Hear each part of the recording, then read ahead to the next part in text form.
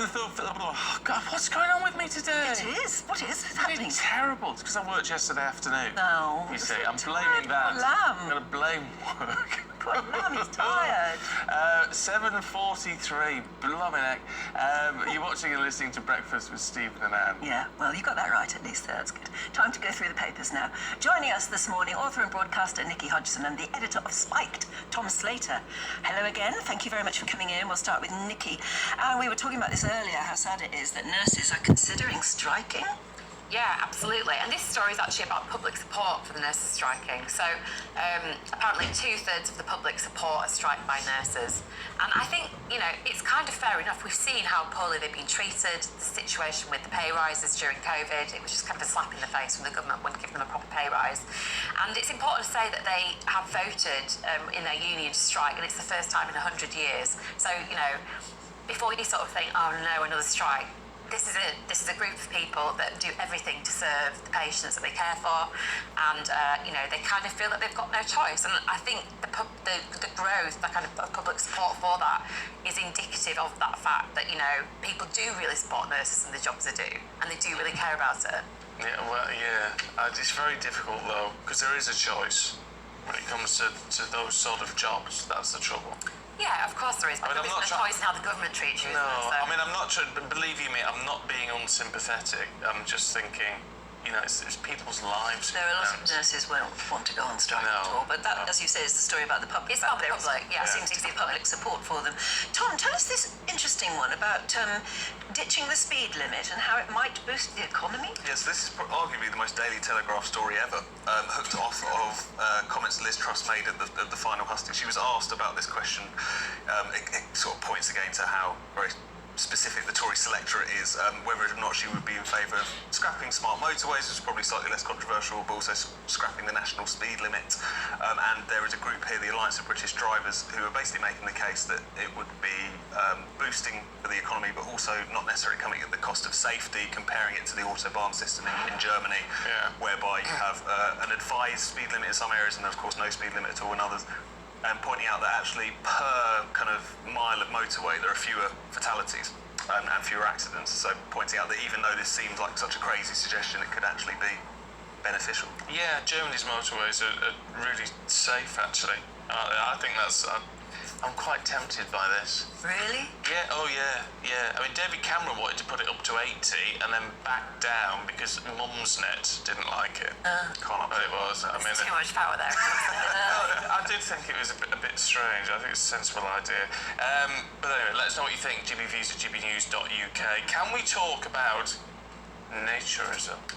We can. Nikki Hodgson. It's only a quick 2 paragraphs. I've got to say, Tom was meant to do the story and he chickened out, so I'm taking the theme. So apparently, a nudist group in Lincolnshire called Naked Lincolnshire has said that numbers have gone from 25 members to 70 in recent months. So it's a huge increase, even if it's a kind of small proportion of people. And group founder Chris Petchy told the BBC that the heatwave has been great for us. People are much more inclined to shut clothes when the sun is shining. And he also said that, just in case you're worried about it, we do tend to carry an extra bottle of sun cream for those who are beginners.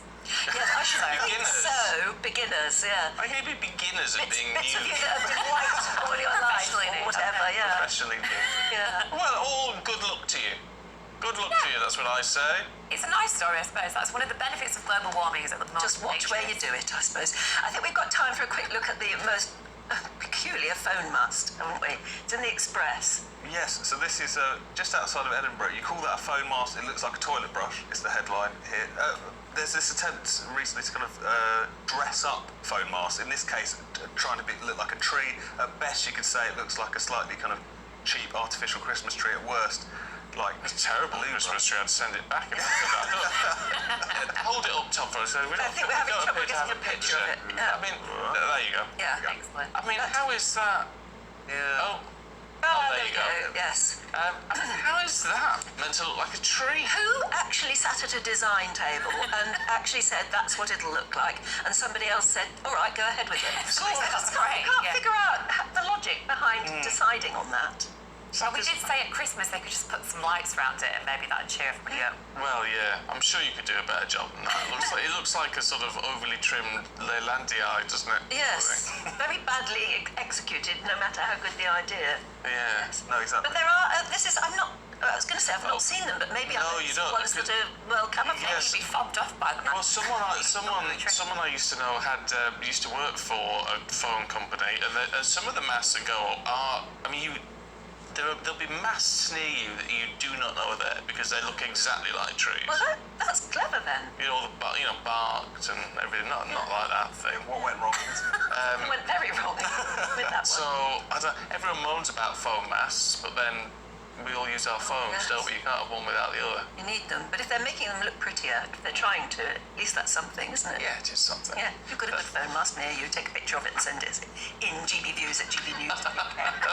We inundated. We'll try and with- divert the conversation away from mushy peas, maybe. No, isn't it interesting? Because you know that we've got our critics, haven't we? You know that. Right. And they'll be saying, you can see it online now, they're talking about mushy peas. Is that all they've got to talk about? We're talking about mushy peas because we mentioned it briefly and then you've all got in touch. So you're driving our mushy pea agenda. It's a mushy pea explosion this morning. So Thank you what's very not much. to love about it? If you want to talk about it, we'll talk about it.